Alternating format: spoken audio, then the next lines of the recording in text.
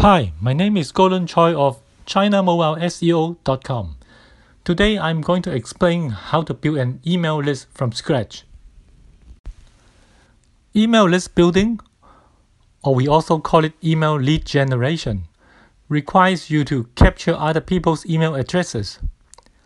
After getting their email addresses, then you can start engaging or having conversations with them, or providing messaging that are useful to them. Let's say you have a website. On the homepage of your website, you can do list building. On your homepage, you may include a contact form, or you may offer a free newsletter subscription. The capture of email addresses is through a web form. A homepage may be a place you can easily add a web form to capture emails, but it is not ideal. Usually a homepage is loaded with many other messages. There may be large banners or images, or you are showing many of your products or services on the homepage.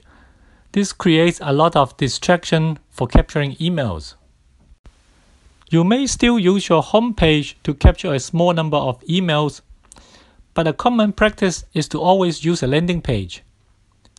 A landing page is a web page that is specially designed to do one thing: email list building. But why would people on your website want to give you their email addresses? The users who are on your landing page must be willing to give you their email addresses. Usually, you would offer something that they want with the exchange of their email addresses.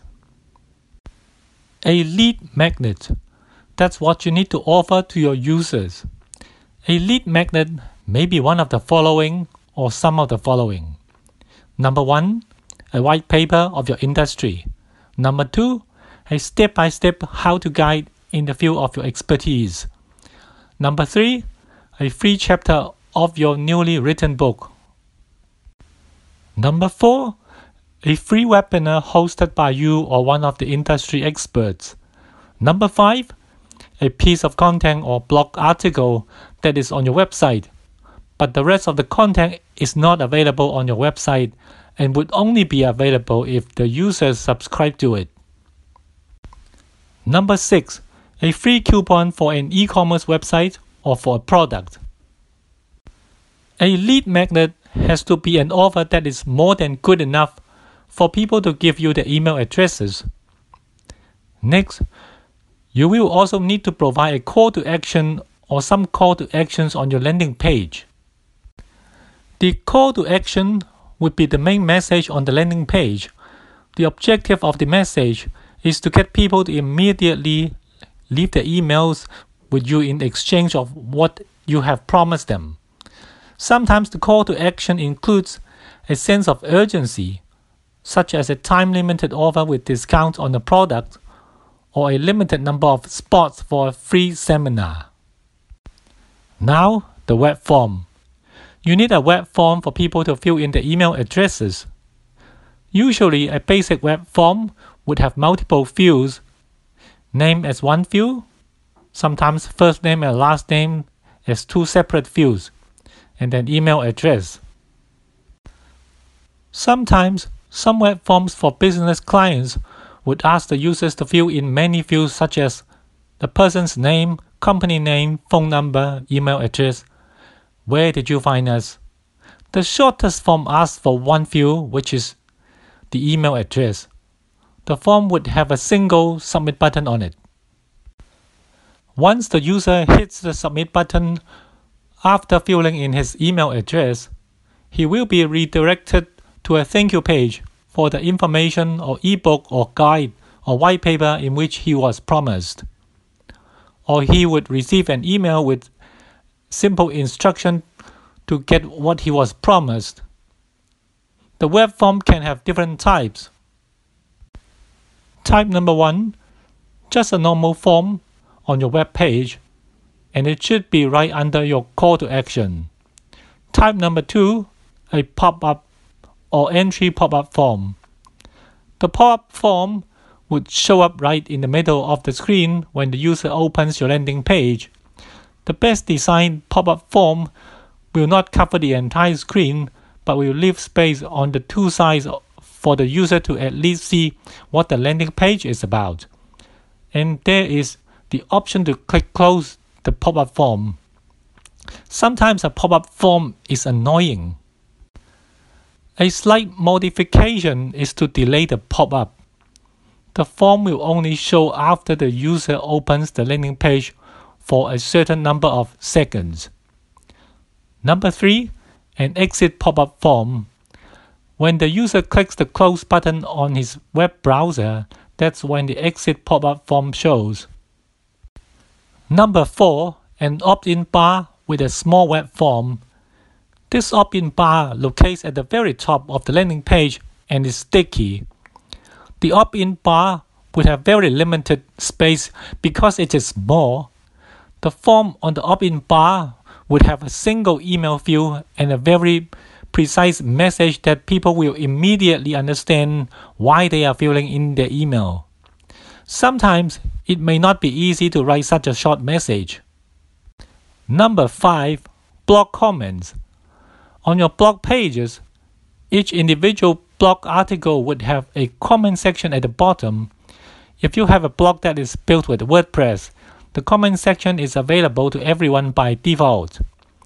In some cases, when people are willing to leave you with useful comments, then it would show they may be interested in further engagement or conversations. And these people may be good leads. The exception is you may get many comment spams with comment messages selling you things to you or for other objectives. Number 6, the contact page or the about page. Don't forget your contact page or about page. The contact page is obvious. You will provide information for people to contact you or your business, such as email address or phone number.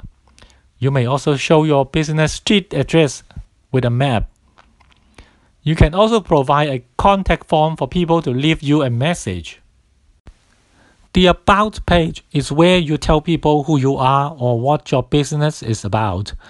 Sometimes on some websites, the contact page and the About page is combined into a single page.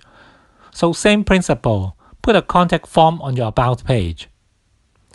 Building a landing page is easier than building an entire website, but for some of you, building a landing page may not be easy. To make it easier, you can use one of the existing website builders as a solution. WordPress is a website builder which is free and lets you build your new website or blog really fast. And you can use WordPress to quickly build a landing page.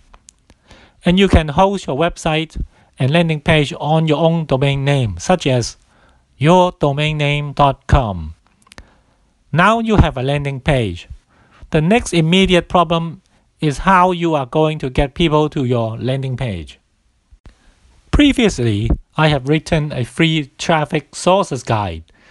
The guide would review more than 200 traffic sources where you can get people to your website or landing page. Just a few tips to get traffic to your landing page. Number 1, email signature. Don't miss any small opportunity to get people to find out your landing page.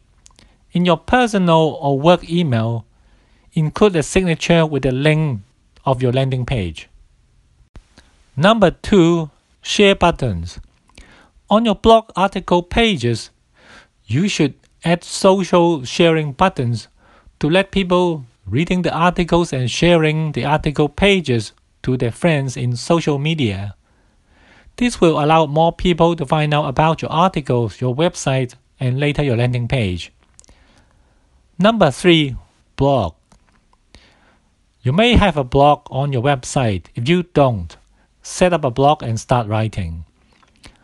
In your blog articles where suitable, you should add links pointing to your landing page. You want some of the people reading your articles to also find out about your landing page. Number 4, build more than one landing page. If the first landing page works well for you to capture emails, you should build more landing pages. Usually, each landing page would have its own lead magnet. Many of today's topics you can find on my article with this link below. If you like this topic that I have covered, please like my video and subscribe to my channel. Next time.